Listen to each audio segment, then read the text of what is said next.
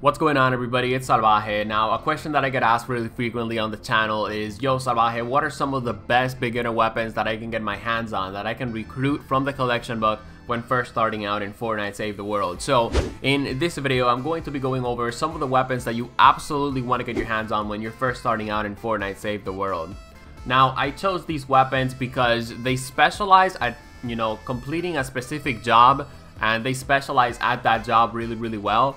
But most importantly, I also chose these weapons because they perform very well at all levels of play. So with that said, let's get started. And if you're not subscribed to the channel, feel free to hit that subscribe button, because I do upload a lot of quality Save the World content that you don't want to miss out on. And of course, my supporter creator code is Salvaje if you guys want to support that as well. The weapon that I think every Save the World beginner should get their hands on is the Wraith Assault Rifle. So this is pretty much one of the best overall assault rifles in the entire game at the moment. And the best part about it is that you can now recruit the Wraith Assault Rifle from the base game. Just go to expansion schematics and then of course go to military weapons, and the Wraith should be somewhere near the bottom. The Wraith Assault Rifle dishes out consistent headshot damage and consistent damage at all levels of play, and it also dishes out really good critical damage. For the perks, I recommend that you go with critical rating, magazine size, and double critical damage. And when you complete Plankerton Storm Shield Defense 2, you're going to have an opportunity to get one perk out of all of your weapon perks to full legendary. And I recommend that you get that critical rating perk on the Wraith Assault Rifle to legendary. Like that, you're able to get more critical damage with your Wraith Assault Rifle, and you're going to be able to get, of course, more use out of the weapon because of the extra damage that you're going to be able to be providing. If you already use that legendary perk up that I used in Plankerton, it's not really a big deal. I still think that a critical rating, critical damage build is pretty worth it, because even if you don't have critical rating all the way up to legendary, the Wraith still dishes out, like I said, consistent damage and consistent headshot damage to make this weapon sustainable at all levels of play. There's a reason why people argue over the Wraith Assault Rifle and the Paint Train being one of the best weapons in the game, because both assault rifles are highly exceptional. The next assault rifle on the list, and this might come as a surprise to almost everyone watching the video, but it's the Hunter Killer. The Hunter Killer is part of the base game, and it's one of the best assault rifles in the entire game at all levels of play, beginner as well as intermediate and advanced and endgame levels of play as well. So the reason for that is because while it's true that the Hunter Killer is a semi-automatic weapon, you can actually get a lot of damage out of this weapon because every single shot that it fires actually packs a punch. You can slap a critical rating, magazine size, and critical damage and put all these perks to legendary at the endgame levels of play, and you're going to have a 43% chance of getting a critical damage shot and like 50 plus bullets in the magazine, which means that every single bullet that you're going to fire towards an opponent is going to be a really hard hitting bullet. On top of all that, the Hunter Killer also has really high headshot damage, which makes it perfect for the lower levels of play where you're not going to be having a lot of perks or any perk fully legendary perked up. If you're at the lower levels of play and you don't want to go for a critical rating, magazine size, critical damage build, which is something that I would not recommend at the beginner levels of play, you can slap a fire rate perk on this thing, a reload speed, and a headshot damage perk, and you're gonna be melting things extremely quickly. The Hunter Killer just doesn't get the spotlight a lot, and that's why I want to give it the spotlight in this video, because it's one of the best weapons in the entire game, despite the fact that we've gotten other powerful assault rifles and other powerful ranged weapons in the game, like the Pulsar 9000 for example, or the Paint Train, right? Anyways, for the 6th perk of the Hunter Killer, you definitely want to get Snare, because Snare is a really powerful perk. It's going to be slowing down the husk, and that means that you're going to be getting more damage out of every single bullet that you shoot at them because they're going to be delayed. Next weapon on the list is the Tiger Jaw. It's a shotgun, a fully automatic one.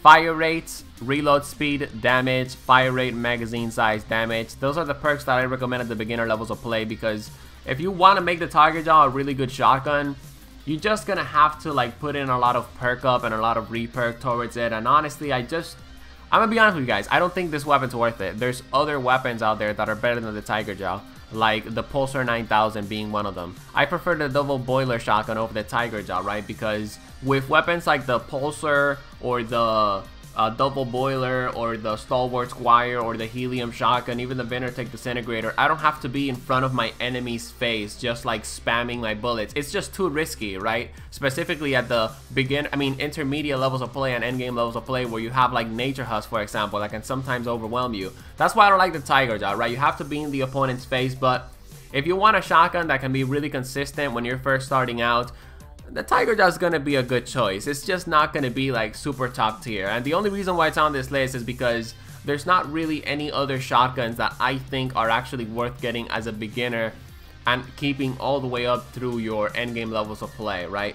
I know the ground pounder is pretty good, but honestly, I don't really think you're going to get a lot of use of the ground pounder when you're first starting out, right? When it comes down to melee weapons, I'm going to recommend the Stab Swerve III. Put a double attack speed on this thing. Make sure that it has snare. It's just a really good, consistent sword at the beginning levels of play. The Neon Scythe is also really good. Just slap one attack speed perk on it, and any other perk that you put on it is going to be pretty good. But I'm going to be going with damage because I want overall damage on my Neon Scythe instead of a critical rating, critical damage build that I'm not going to be able to maximize until the end game levels of play. But I'm going to be honest with you guys. Neon Scythe, Stab Swerve III, completely irrelevant. Why? Because the Spectral Blade is the best melee weapon in the game, hands down. Let's move on forward to my next weapon suggestion. Whisper 45.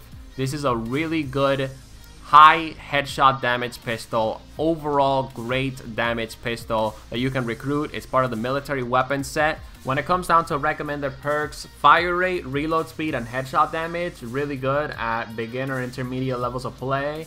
But the Whisper 45 has a 20% critical hit chance, which means that a critical rating, magazine size, and critical damage build is also really effective with the Whisper 45. Guys, overall, this thing is a smasher killer. It destroys all sorts of husk. If you take your time shooting it, it's also a really good long-range weapon.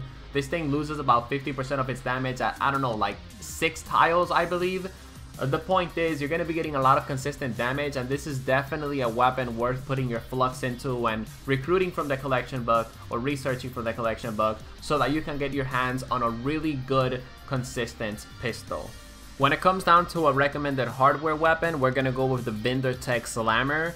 So I just want to point out, I'm not an expert when it comes down to hardware weapons, but my friend Binch is, so I'm just going to tell you guys what he told me. So simply put, Vindertech Slammer, really good attack speed, a lot of really good and consistent damage, and it's just a really good weapon not only at the beginning levels of play but also at the end game levels of play. This is a hardware weapon that you can recruit when you're first starting out and carry it all the way over to the end game. But most importantly, it also rivals the Lead Sled when it comes down to damage due to the extra damage to afflicted targets perk that you can also have on it, up to like 45% extra damage.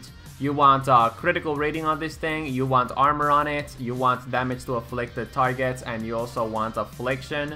I'm pretty sure if you get snare and you also put damage to snare targets, it's also going to be really helpful as well. And for the other perk that you want for the Vindertech Slammer, which I completely forgot to write down, oh boy, oh yeah, that's right, you want attack speed on this thing as well. Anyways, let's move on forward to SMGs. The Silent Spectre. You definitely want the Silent Spectre. It's part of the military weapon set. It's just going to be offering you a lot of value at the 3-tile range if you're someone that likes to fight at the close ranges. But the best SMG in the entire game at the time we're making this video is the Hemlock, because, well, it can do everything that the Bobcat and the Silent Spectre can do and much more, but the Hemlock can't really be recruited at the time of me making this video, so that's why I'm putting the Silent Spectre on the list, because I prefer the Silent Spectre over the Bobcat. Next weapon that I'm going to, oh yeah, and for the Silent Spectre, I like to have a snare, and you can just go for a headshot damage build with the Silent Spectre when you first start out, or you can also just go for a critical rating, magazine size, critical damage build for the Silent Spectre as well at the endgame levels of play. That's also a really good build. Okay, so the next weapon I'm going to recommend is the Obliterator. This thing is just a monster. It's the best sniper in the game. It pierces shielder husk. It pierces refrigerator husk. It can shoot through walls. Defenders, if you wall them up, you know, if you put 4 walls around the defender and you give them the Obliterator, if the enemy is within 4 tiles, they're going to be able to finish off the enemy.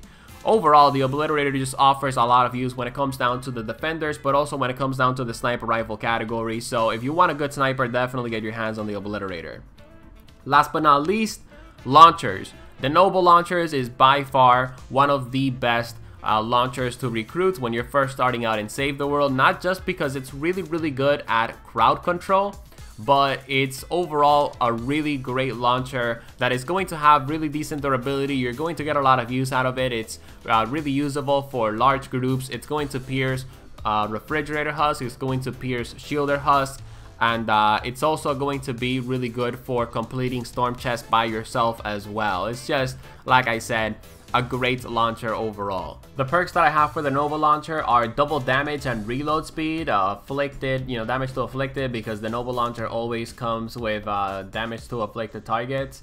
And I just want to point out, some people prefer fire rate on the Nova launcher. I prefer reload speed because I want to reload my Nova launcher better. And it doesn't matter that the weapon charges up faster with fire rate, because you always need to position yourself in an area where you're going to be able to hit a lot of husk.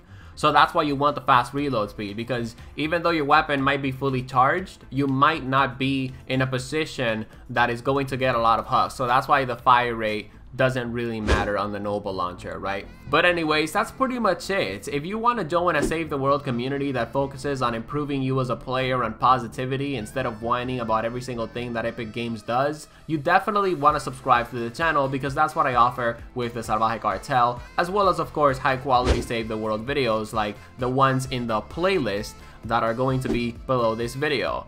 See you guys on the next one, and I hope you guys learned something new. Peace.